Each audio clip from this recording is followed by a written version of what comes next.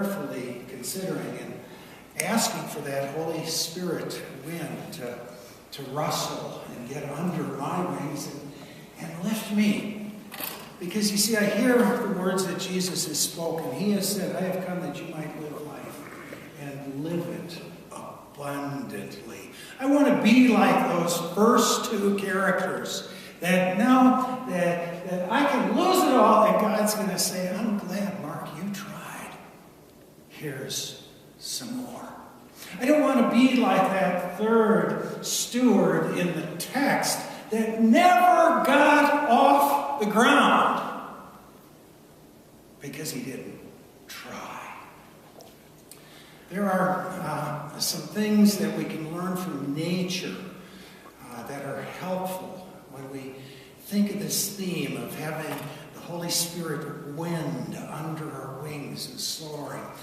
This past couple of weeks I've had an opportunity to listen to a marvelous recording of a great Bible teacher on the East Coast. It's the Reverend Dr. Fulham.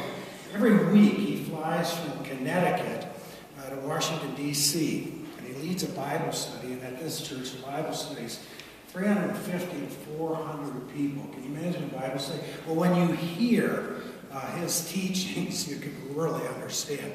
And he uses his theme, Deuteronomy, about the 32nd chapter. It's towards the end of Deuteronomy. And the text was about eagles.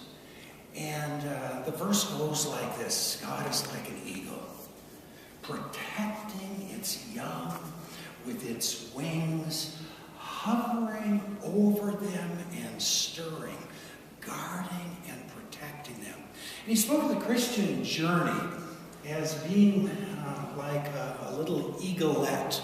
Did I say that right? That's a baby eagle. Eaglet? Yeah, baby eagle, chick, whatever.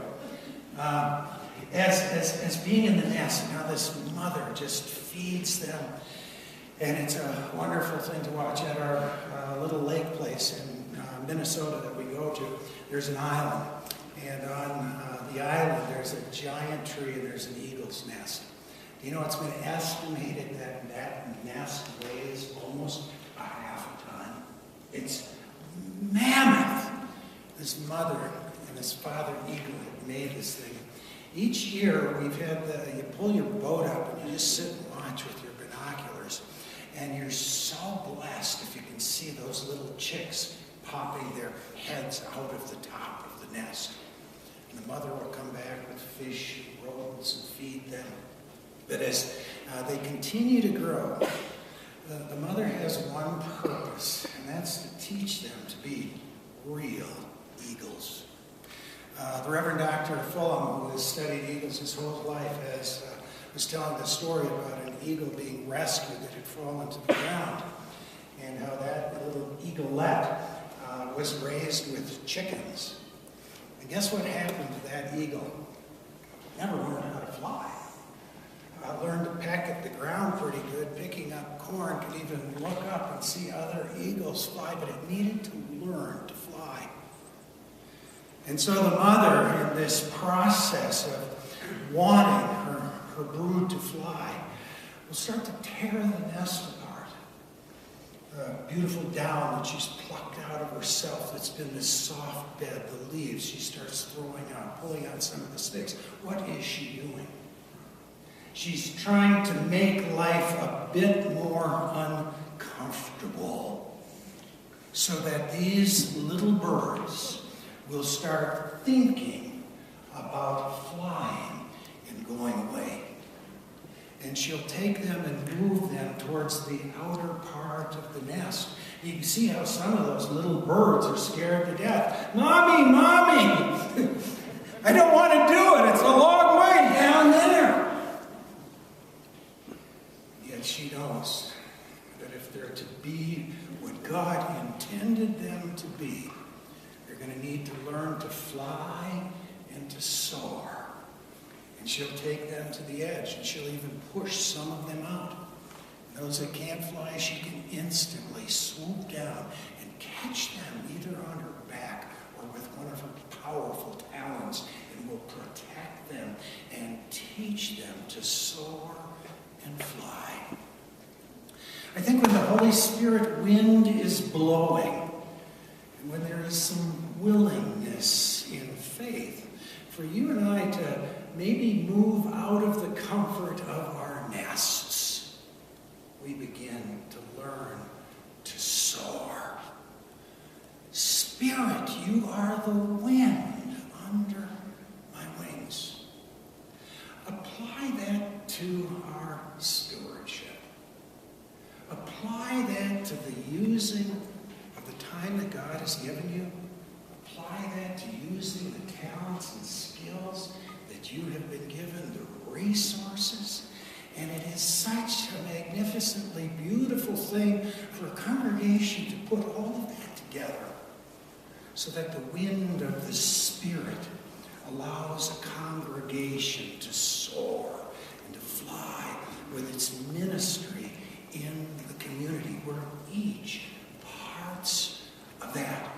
I'm going to leave you with 3 thoughts that have a lot to do with letting the Spirit's wind come under our wings and allowing us to soar not only as individuals but as a congregation.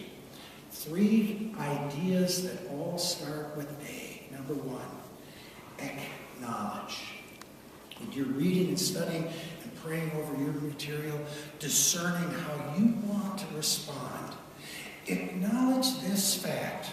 Absolutely everything that any of us has is a gift.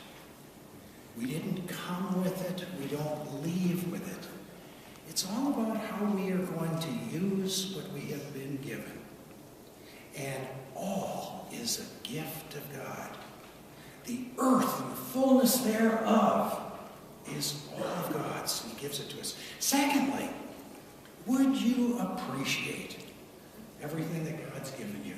Would you appreciate your time, your talents, your treasures, your resources? And as you appreciate and give thanks to God for those things, you're just going to be a happier person. Have an attitude of gratitude. Isn't it more fun to be around people like that? That poor guy that dug a hole and buried it, he had no gratitude. He had $1,000 to do something with, and he hid it. No gratitude whatsoever. You can be a remarkable blessing. Lastly, the 3rd A word is to appreciate and to adore God. In our stewardship, in our giving, it is the way we give adoration to God. And in the practicing of acknowledgement, and the practicing of appreciation, and the practicing of adoration, you're going to feel the wind of the Holy Spirit beneath your wings. You will soar, and this congregation will continue to soar as well. May God's rich, rich blessings of His Holy Spirit, the wind beneath your wings, be upon you in the name of the Father, Son, and Holy Spirit.